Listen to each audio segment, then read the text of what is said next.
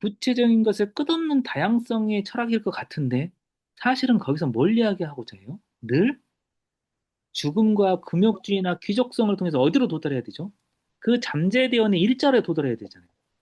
그 구체적인 하나의 경우로부터 막 출발하는데도 결국은 이야기하는 게 다 똑같다는 거예요. 다 일자만 이야기한다는 거예요. 왜냐하면 이들은 언제나 개념의 경우들을 짚어내는 일에 관계하기,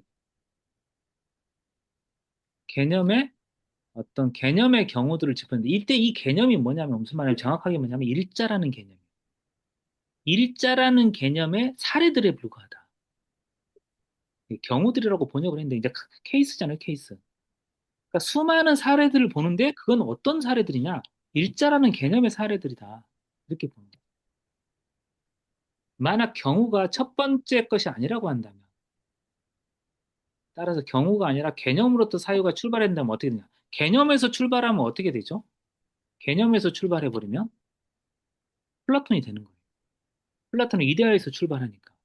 개념에서 출발해버린다. 바디오도 이야기하지만 우리가 개념으로부터 그 개념이 포섭하고 있는 다양성으로 나아가면 어떻게 되냐면 이데아의 플라톤적 초월성을 다시 세우게 돼요. 그러니까 안 돼.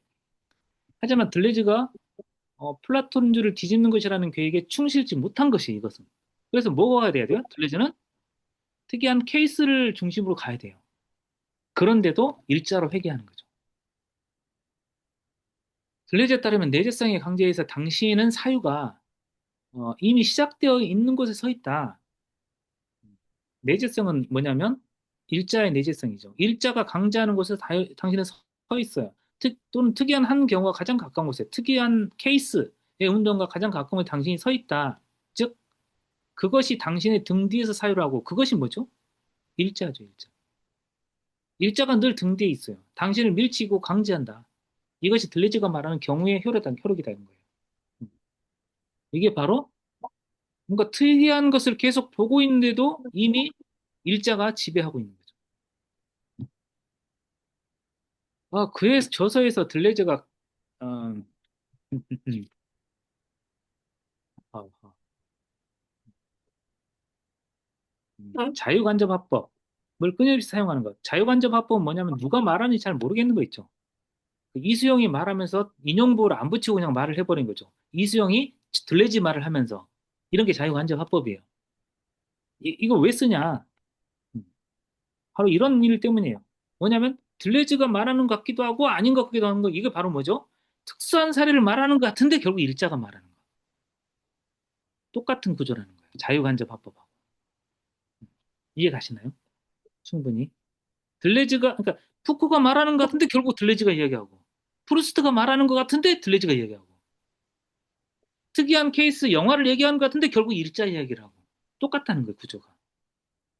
그러니까 들레즈 철학은 자유간접 합법의 철학이라고 보는 거예요. 구별되지 않게 썼는데 결국은 무엇이 주장하는 거죠. 넘어가서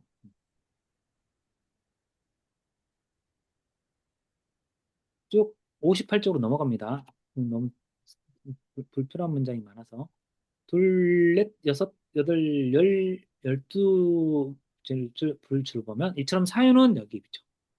언제나 비인격적인 특이성으로 하여금 말을 하게 하는 것이에요. 들레즈의 사유는 우리가 생각하는 게 아니라는 거죠. 비인격적 특이성들로 하여금 말하게 하는 것이고. 그래서 결국 우리는 위에서 문제되고 있는 진술이 푸코로부터 유래하는 것이다. 들레즈로부터 유래하는 것이다. 할 수 있는 주장을 푸코와 들레즈 개인의 동일성, 정체성이라고 보는 게 좋을 텐데 정체성의 사라짐 속에서 무차별적으로 펼칠 수가 있는 것이에요. 이건 전부 다 들레즈든 푸코든 상관없이 전부 다 비인격적 특이성의 말을 하고 있는 것이에요. 들레즈 철학의 특징을 아시겠죠? 그러니까 우리가 보면 알겠지만 프루스트를 읽어도 그렇고 베이컨을 읽어도 그렇고 전부 다 뭐예요? 기관 없는 신체 딱 동일한 이야기만 막 나온단 말이에요. 이게 소설이든 회화든 영화든 막 거의 그렇다.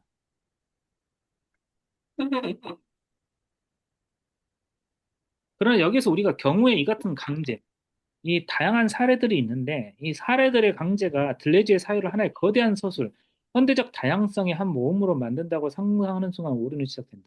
왜냐하면 이런 식의 상상 속에는 경우를 대상으로 삼아 사유하는 작용이 은밀히 가정되어 있기 때문이다. 그러니까 경우들의 국한된 사유가 있는 게 아니라는 거예요. 그럴 수가 없다. 경우는 결코 사유의 대상이 아닌 것이다. 왜냐하면 경우란 뭐냐면 자기 고유의 궁극적으로 자동적인 종착지 안에서 자기 영역의 그 끝에까지는 실행을 해서 사유를 강제하고 비인격화시키는 것이에요. 그러니까 똑같은 것이죠. 저 비인격화된 것들을 드러내기 위해서만 경우가 있다. 사례들이. 따라서 들레즈가 외양상 상이하며 헤아릴 수 없이 많은 경우들로부터 사례들로부터 출발하고 있지만 스피노자, 마조흐, 베네, 화이트헤드, 뭐 멜빌, 고다르, 베이컨, 니체 이렇게 이야기를 하고 있지만 궁극적으로 그가 내가 전혀 주장 없이 단조롭다, 모노톤이다 라고 선언하는 개념적 생산물에 이르고 만다는 거. 두 줄 내려가서 결국 이 같은 변화 아래에서 사유되는 것은 본질적으로 뭐냐면 동일한 것이다. 그래서 단조롭다. 들레즈 철학. 들레즈 철학을 지금 세 가지, 세 번째 규정을 하고, 첫 번째는 일자의 철학이다. 두 번째는 귀족 금욕 죽음의 철학이다. 세 번째는 지금 단조롭다. 엄청 다채로운 것 같은데 단조롭다. 들레즈 살아서 들었으면 정말 열받았을 것 같은데, 그죠? 내가 그렇게 많은 연구를 했는데 단조롭다니. 이 녀석. 역시 후배는 좋은 거예요, 그죠? 선배는 불리한 거죠. 죽어버리면 뭐 어쩔 수 없는 거잖아요. 후배가 유리한 지점이 있죠. 아, 그럼 우리가 해야 될 일은 뭘까요? 우리가 해야 될 일은 들레즈라는 선배 입장에서 후배를 반박하는 논리를 들레즈가 이미 보여주고 있지 않냐라고 우리가 밝혀내야 됩니다. 여러분들의 중요한 과제가 되겠습니다. 공부하시기 바랍니다. 선생님, 다시 네, 한 번만 네. 말씀해 주시겠어요? 우리의 과제가 뭐라고요? 우리의 과제는 이 들레즈의 이 글 안에 바디의 논리를 반박할 수 있는 모든 내용이 이미 있다. 이걸 찾아내는. 일자의 철학도 아니고 죽음과 금욕과 귀족주의 철학도 아니고 단조롭지도 않다는 걸 밝혀내는 거. 내 그럴 줄 알았지. 바디 네가 그렇게 나를 비판할 줄 알고 나 이미 다 써놨어. 그런 거 찾아내는 거.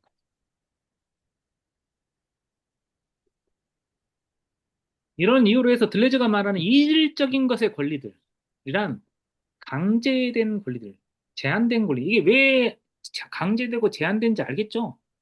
일자가 밑에서 강제를 하고 있어요. 일자가 제한을 하고 있어요. 분명히 모든 사유는 어떤 한 경우에 의해서 야기된 난폭한 충동 아래서만 시작될 수 있다. 이게 들레즈가 프루스토론에서 쓰고 있는 거죠. 사유는 뭐냐? 진정한 사유는 폭력에 의해서 시작되는 거야. 이야기했죠. 같이 프루스트를 공부하신 분들은 고개를 끄덕이고 아닌 분들은 지금 이러고 있죠, 지금. 하여튼 사유라고 하는 것은 내가 생각하는 게 아니라 어떤 폭력이 와야 되는 것이에요. 그래야 진정한 사유를 하게 돼요. 대표적으로 뭐죠? 내가 진정 생각할 때가 언제예요? 고통을 당할 때죠. 내가 진정 생각을 하게 될 때. 엄청 고통을 당할 때 생각을 하게 됩니다.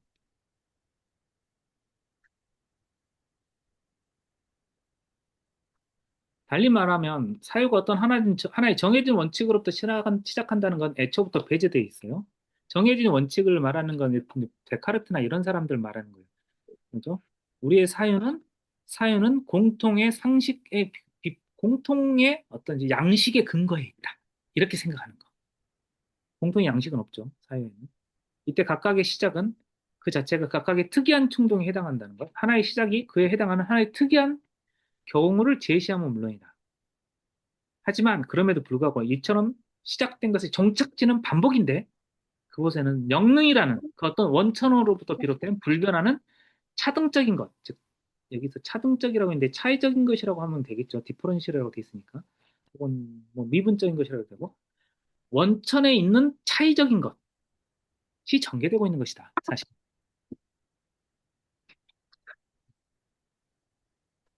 영화를 예로 들어보자. 들레즈는 자유로운 관객 입장에서 제시할 수 있는 어떻게 보면 황당스러운 박식함과 더불어 작품을 분석을 한다는 것. 엄청난 박식함으로 영화를 분석하는데 여러분들 들레즈의 영화로는 봐보세요. 시간 이미지, 운동 이미지 한번 봐보세요.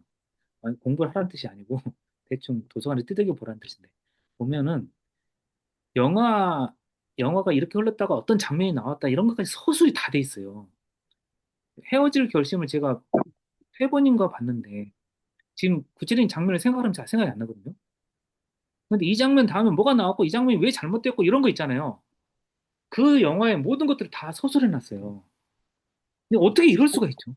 그 당시에는 우리처럼 이렇게 디지털 안 돼 있을 텐데 비디오 테이프 넣어가지고 이렇게 보고 이렇게 거꾸로 돌렸다가 다시 감기 해서 보고 막 이랬을 텐데 들레지 시대에는 들레지 머리가 얼마나 좋으면 다 기억하냐는 거예요. 놀랍습니다. 그러나 다른 한편으로 보자면 이러한 분석들의 궁극적인 내용은 들레즈가 언제나 베르그성적 수용 안에서 서로 묶어 조직한 바 있었던 운동과 시간이라는 개념들의 포획망이다. 즉 똑같다는 거예요. 운동과 시간, 이건 뭐죠? 결국은 지속, 생명 뭐 이런 거예요. 그런 쪽으로 나아간다.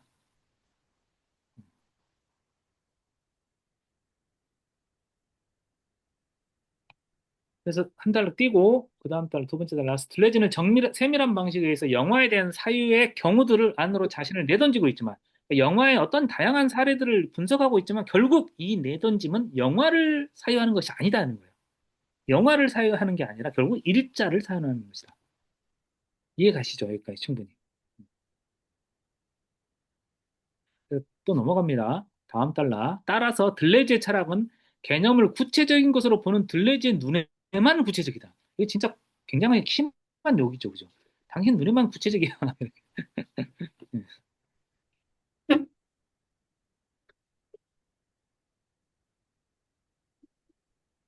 그래서 블레즈가 말하는 개념의 구체성은 개념이 구체적인 것에 개념이 한다는 거는 아무 관계가 없고 그가 말하는 개념의 구체성은 뭐냐면 단지 사례들을 가로질러서 존재 유일한 목소리, 즉 존재 함성이죠. 존재 유일한 목소리, 존재 함성이 다수의 사례들 안에서 들린다 이런 뜻이라는 거예요. 결국은 존재 함성만 유일하게 들린다. 이해가시죠? 여기까지 충분히 이해갑니다. 그래서 쭉 넘어가도 됩니다. 나머지는 좀 잡다한 것들이고, 62쪽 두 번째 달라. 이처럼 들레즈 철학은 자기 고유의 방식을 의거하여서 그 특이성의 위상을 충만하게 수용하고 있기 때문에 결국 모든 충동들을 결코 변화할 줄 모르는 영능의 그 어떤 선을 따라서 집결시키게 되는 것이에요. 수많은 사례들을 다루고 있지만 그것들을 영능, 즉 일자의 존재 함성 속으로 집결시켜요. 그래서 들레즈의 철학은 특별히 체계적인 철학이다. 특별히 체계적인 철학. 이게 좋은 의미가 아니죠. 그래서 내가 보기에 이렇게 나와 있죠. 그의 철학은 체계적 철학인과 동시에 그래서 추상적이다. 왜 추상적이냐? 추상이라는 말을 가지고 그의 철학이 자신이 절대적으로 거부하고 있는 일반성, 즉 구체적인 경우들을 포섭하는 일반성을 말하고 있는 게 아니라 개념적인 연결들이 이루고 있는 준유기적 안정성, 최대한 많은 숫자의 가능한 경우들, 즉 사례들을 통해서 안정성을 운동 안에 일관되게 드러놓고 있다. 그래서 추상적이다. 그러니까 모든 사례들이 전부 다 일자를 다 보여주는 안정성을 보여준다. 이런 것이에요. 음. 그래서 이제 정리한 것으로 넘어가 보면 되겠습니다. 1, 2, 3이라고 되어 있는 거. 들레즈의 이 철학은 일자의 형이상학을 중심으로 분절되어 있다. 일자의 형이상을 중심으로 구성되어 있다. 이런 뜻이죠. 이 철학은 박탈과 금욕을 강요하는 사회 윤리를 제한한다. 이 철학은 체계적이고 추상적이다. 내가 보기에 2번과 3번은 차라리 장점인데 1번 일자의 형이상학이라는 거. 이건 좀 복잡하고 나의 논쟁도 된다. 나하고 내 논쟁도 할 수 있는 것이다. 이렇게 보는 것이에요, 지금. 좀 넘어가 보겠습니다. 지금 이 일자냐 아니냐 가지고 바디오하고 갈리는 거예요. 드레일즈는 일자, 바디오는 자기는 일자의 철학이 아니라고 봅니다. 다자의 철학이고. 64쪽 마지막 문단을 읽고 끝내겠습니다. 들레즈도 그렇지만 나의 시 같은 동질성은 믿지 않는데 물론 이글 또한 이 토론을 겨냥하는 것은 아니고 내가 위에서 방금 추출해낸 바 있는 세 가지 원칙들을 차근차근 이 글은 실험하고 증명해 보일 것이다. 왜냐하면 플라톤주의를 뒤집기보다 플라톤주의를 다시 세울 것을 시도하는 나의 입장. 이게 둘 사이의 차이예요. 아시겠죠? 플라톤주의의 전복과 플라톤주의의 재정립이에요. 그러니까 플라톤이란 쉽게 비난할 수 있는 철학이 아니라는 거예요. 플라톤이. 너무 니체가 쉽게 비난했는데 플라톤은 어려운 철학인 것 같아요. 여기까지 오늘 할 목숨 다 했습니다.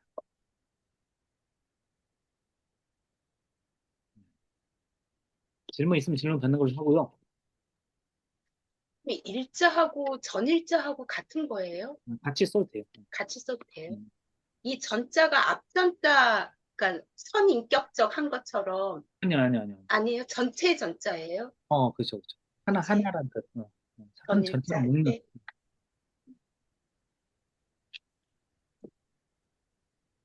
근데 전인격적이 할 때 저는 앞전자 쓰는 거죠. 그렇죠. 풀이라는 네, 의미고.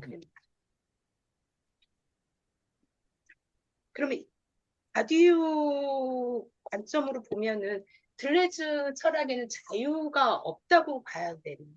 자유의 개념을 새롭게 규정을 해야 되겠죠. 없다기보다는 스피노자한테 자유 개념이 칸트하고 다르듯이 들레즈에게 최고의 자유는 이 일자의 영능을 드러나게 하는 것이겠죠. 근데 그것도 자기가 그런 게 아니라 자동기계처럼 이렇게 뭔가 일자가 이렇게 어, 어떻게 다른 개념으로 하면 수동성에 노출되는 거.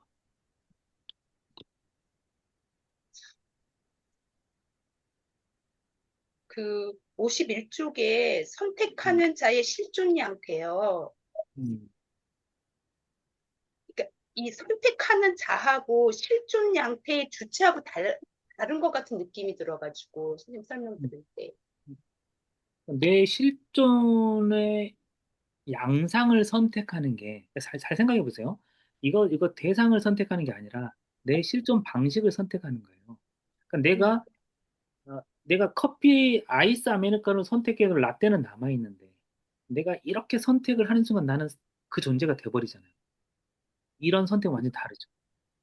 내가 저 일자를 받는 방식으로 내 존재를 바꾸는 것이 선택이고 내가 일자를 받는 방식으로 바꾸지 않는 것이 비선택이에요. 여기는. 그러니까 선택과 비선택이 있는 것이지 대상 간의 선택이 있는 게 아니에요. 여기서는. 실존 양태 속에서. 좀 다르죠. 선택과 비선택이 있는 거지. 아니, 대상에서는 R을 선택하냐, 라떼를 선택하냐가 있는 거잖아요. 실존 양태에서는 선택과 비선택이 있는 거죠. 그러니까, 그러니까 선택과 실존 양태는 선택과 비선택을 병하는 주체가 있을 거잖아요. 그게 그렇죠, 이제 그렇죠. 저라고 한다면 음, 선택하는 자, 여기 선택하는 자는 그때 음. 아까 설명할 때 신이나 일자로 놓고 말씀을 하셨잖아요. 그러니까 이 아니, 실존 아니. 양태의 주체와 선택하는 자의 주체가 다른 아니, 아니. 느낌이어가지고 아니, 아니. 그게 아니고, 그건 주체를 말하는 거예요. 거기까지는. 다, 주체가, 음, 주체가 신이 나에게 오도록 하게 내 실존 실존, 양태를 변화시키는 거죠. 음, 그러니까 이건 뭐냐면, 능동적일 수가 없어요. 막 신이 막 오는데 거기 쫓겨서 변해야 돼요. 그러니까 선지자들 보면 선지자가 내가 알아서 막 변하지 않는단 말이에요. 예언자들이. 선지자는 막 와버리니까 막 이걸 어떻게 받아들여야 되는가. 이걸 선택하는 거예요. 이걸 못 받아들이니까 너무 고통스럽고. 억지로 받아들이는 거기에 자유가 있는 거예요. 그러니까 어떻게 보면. 음, 선생님, 그러면 그러면 이, 네. 말씀하세요. 혜진 쌤. 이 비인격적인 영능이라는 게 인간이 살면서 경험하면 순간순간 찾아온다는 건가요? 살면서. 순간순간 찾아온다라기보다는 아니면 인간이랑 다 내재하고 우리 있다는, 바탕에 흐르고 있는 거죠. 늘. 인간이라면 누구? 그렇죠. 아니, 인간만이 아니라 사물도 그렇고 이 세계 전체도 그렇고 번개 이야기를 했잖아요. 번개도 차이들이 드글드글 하잖아요. 세상에 존재하는 모든 것들한테 이런 세계, 게 세, 다, 세계에 존재하는 사물들. 근데 그럼 이 영능이 찾아왔을 때 그걸 받아들이는 게 왜 금욕적인지가 잘 이해가. 아니, 그러니까 나의 자아를 자아의 삶을 살려고 하지 않는 방식으로 나의 삶을 조율하는 거죠. 살던 대로 살지 않는 그렇죠, 방식으로 그렇죠. 하는 걸 금욕적이라고 그렇죠. 하는 우리가 거예요. 금욕을 왜 하죠? 더 좋은 존재가 되기 위해서 하는 거잖아요. 다이어트도 금욕인데 더 예뻐지려고 하고 몸매를 좋게 하기 위해서 하는 거잖아요. 수도사들의 금욕도 훨씬 좋은 존재가 되기 위해서잖아요. 이것도 근데 들레즈가 보기에는 일자가 드러나게 하는 삶이 더 좋은 거죠. 음. 근데 이게 인격적인 역량을 받아들인다는 게 거꾸로 어떻게 보면 억압된 욕망을 분출하는 걸 수도 있지 않나요? 근데 그렇게 쓰면은 이제 욕망 개념을 다르게 쓴 거고 들레즈는 욕망이 차이 차원에 있다고 봐요. 욕망의 기계적 흐름들이 있는 거라고 봅니다. 우린 지금 혜진 쌤이 쓰는 욕망은 큰 내 의식이 생각하는 욕망 같은 거고 이거 하고 싶어 저거 하고 싶어 이때의 그 욕망인 거고 글레이즈가 말하고자 하는 것은 이 드글드글거리는 이 차이들의 이것들이 욕망이라는 거예요. 완전 다른 개념의 욕망이 아니면 더 그렇죠. 큰 범위의 욕망 네, 개념. 개념이 다르죠. 그러니까 완전 다른 선생님이 개념의. 쓴 건 재현층에서 욕망 개념을 쓰고 있는 음, 거죠. 억압된 욕망 이럴 때. 음, 욕망은 억압되고 이런 걸 모르고 욕망은 생산만 한다고 들레즈가 말할 때 음. 네.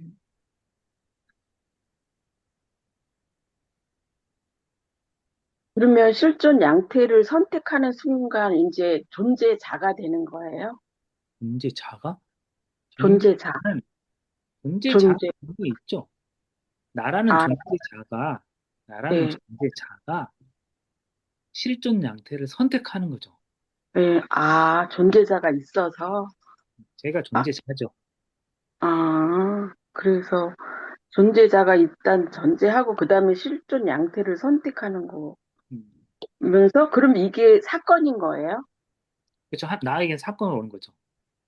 그러면은 사건하고 이 다수성은 이렇게 해서 만들어진다는 거예요? 이 자- 사건하고 다수성의 관계가 여기서 음. 이게 사건이잖아요. 그러면은 나한테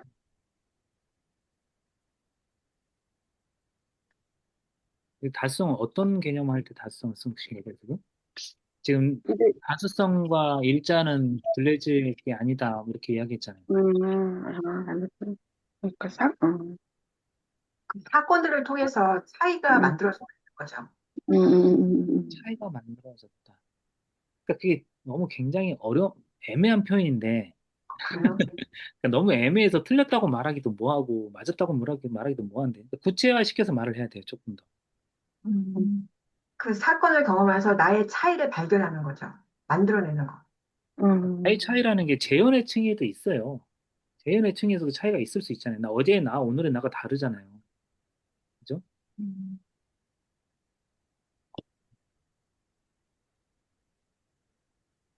그러면 이 다수성 그 존재 거기에 있다고 볼 수도 있는 건가요?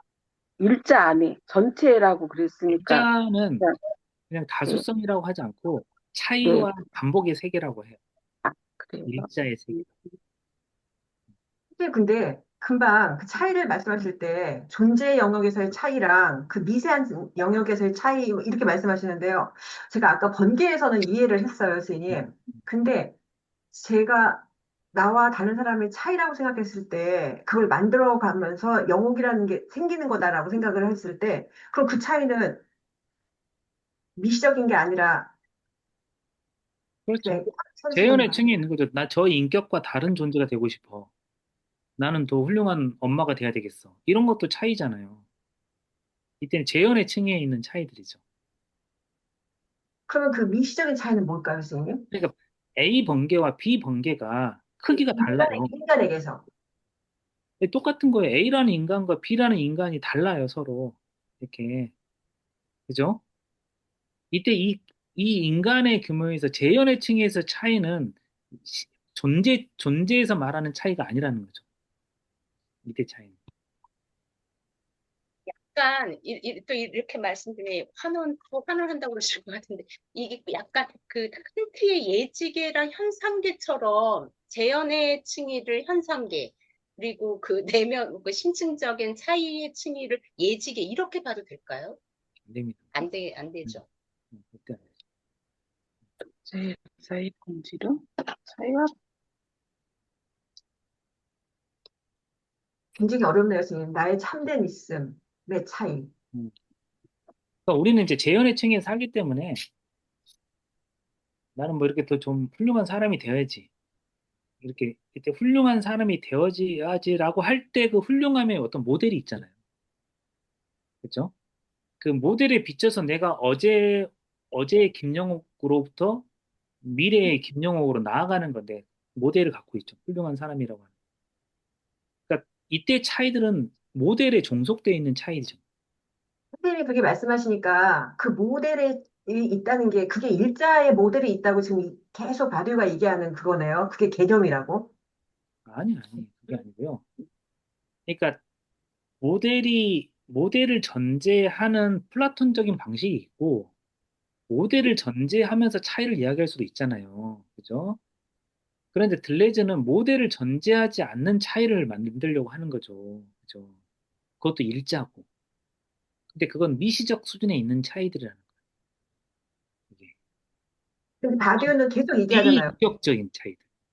나라는 존재가 아니라 김영옥에서 미래 김영옥이라는 인격적 차이가 아니라 비인격적 차이가 있다는 그러니까 아니 제가 이제 바디오 생각에 들어가면 거예요. 계속 이 사람은 개념이 있다고 막 얘기를 하잖아요. 저는 개념이 일자예요, 일자. 일자라고 하는데 들레즈가 강조하는 거는 일자가 아니잖아요. 아니, 일자를 그러니까 지금 들레즈를 중요시한 게 아니라 바디우가 보는 들레즈를 이야기해야 되는 거잖아요. 그러니까 들레즈의 일자가 있다는 거예요. 개념이 그 일자고 일자에서 출발하는 거죠.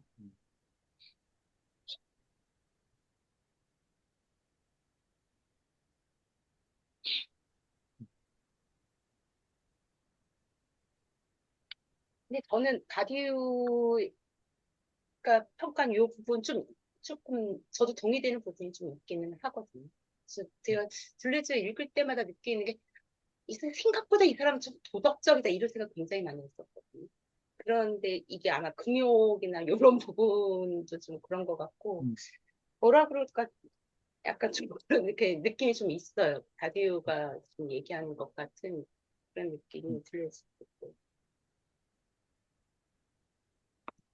있는데. 쌤, 여기 이제 일자를 비인격성의 영능이라 그랬잖아요. 그러면 그 영능을 의지로 해석해도 되는 건가요? 뭐지?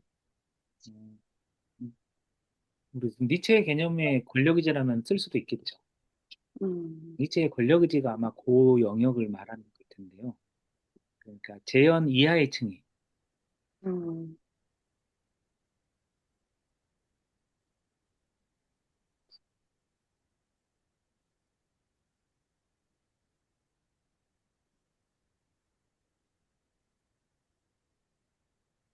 아, 음, 지금 어쨌든 간에 우리가 지금 어떤 들레즈를 이야기하는가 요 부분은 어느 정도 좀 이해를 하셨죠. 그죠? 팔층. 상당히 이해를 하셨죠. 다행입니다. 어느 정도 다 이해를 하신 것 같으니. 그래서 계속 정리를 했지만, 뭐, 아나키즘이라든지 자율성이라든지 이런 개념을 쓰기 어렵다, 들레즈한테서, 사실은. 그죠? 사실은 어떤 위계 같은 게 좀 있어 보이고, 그 다음에, 뭐죠? 기계적 욕망할 때 기계적 성격들, 강요되는 것들, 이런 것들이 있는데, 아, 그래서 들레즈 철학이 음, 왜 유행했을까 궁금하기도 해요. 한국 사회에서. 이 완전히 미시적 층의 이 세계, 그 일자의 세계라는 것과 만난다는 게 도대체 어떤 정치학적 의미를 가졌길래 한국 사회에서 그렇게 센세이션을 불러일으켰을까요? 신기하단 말이에요. 푸코가 받아들여지는 건 이해가 쉽죠. 뭐 교육 권력을 비판하기 위해서라든지, 그죠? 삶의 의지가 어떻게 작동한다든지, 임상병원은 어떤 식으로 구성되어 있다든지, 광기는 어떻게 배제되었는지, 사회적으로 써먹기가 되게 좋은 의미가 있긴 한데, 블레이즈는 가만 보면 이거 어떻게 하자는 거지? 지금부터 자아를 좀 해체해 볼까요? 이런 어떻게 하자는 거지? 자아를 해체해서 어떻게 하자는 거죠? 지금? 그것도 좀 연구를 해볼 필요가 있네요. 한국 사회에서 왜 이렇게 선풍적인 일기를 끌었는가?